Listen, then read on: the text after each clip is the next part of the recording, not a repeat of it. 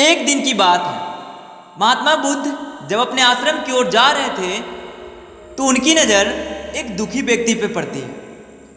वह व्यक्ति भगवान बुद्ध के चरणों में गिरकर अपने दुखों का उपाय जानना चाहता था। तभी महात्मा बुद्ध उसके मन की व्यवस्था को समझते हुए उसे अपने पास बुलाते हैं और उसे बोलते हैं कि तुम व्यर्थ में ही चिंता करते हो, सुख दुख तो आता जाता रहता है। चलो मैं तुम्हें एक कथा सुनाता हूँ। एक गांव में एक सेठ रहता था। उसके पास जो भी आता कभी खाली हाथ नहीं लौटता। एक दिन की बात है, उस सेठ के पास एक व्यक्ति आता है और वह सेठ को एक पर्चा बेचना चाहता था। उस पर्चे में केवल एक ही शब्द लिखी हुई थी, सदा ना रहेगा। अब भला उस पर्चे को कौन ही खरीदेगा जिसमें सिर्फ ये लिखा हुआ है कि सदा ना रहेगा।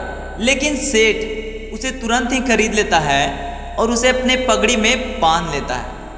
लेकिन उस गांव के कुछ लोग सेठ से ईर्ष्या करते थे, इसलिए सेठ की झूठी शिकायत राजा से कर दी। राजा ने तुरंत सेठ को गिरफ्तार करवा लिया और उसे कैद खाने में डलवा दिया। सेठ काफ़ी दुखी व चिंतित रहने लगा। काफ़ी दिनों तक ये सिलसिला चला। अचानक से एक दिन सेठ के हाथ पगड़ी पे जाती है और पर्चा हाथ में चला आता है और वह सेठ उस पर्चे को पढ़ता है, सदा ना रहेगा। और वह सोचता है कि जब मेरा सुख का समय सदा ना रहा तो ये दुख का समय कैसे सदा रहेगा। और वह यह सोचकर काफ़ी खुश हो जाता है और ज़ोर ज़ोर से हंसने लगता है।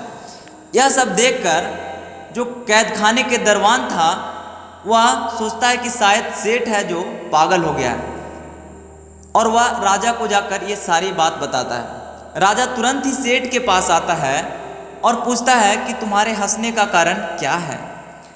तभी सेठ बताता है कि राजन, जब मेरा सुख का समय चला गया तो ये दुख का समय कैसे सदा रहेगा। बस मैं यही सोचकर हंस रहा था। राजा को भी वहाँ पे ज्ञात होता है और वह भाव विभोर हो जाता है और उस सेठ को आज़ाद कर देता है और सेठ वहाँ से खुशी खुशी चला जाता है और वह जीवन में काफ़ी आगे जाता है, क्योंकि उसे अब ज्ञान हो चुका था कि सुख दुख जीवन का सिर्फ दो पहलू है।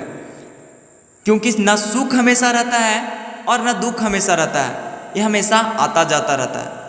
यह कहानी सुनकर वह दुखी व्यक्ति काफ़ी खुश हो जाता है और वह महात्मा बुद्ध को धन्यवाद करता है और अपने मंजिल की ओर चल पड़ता है।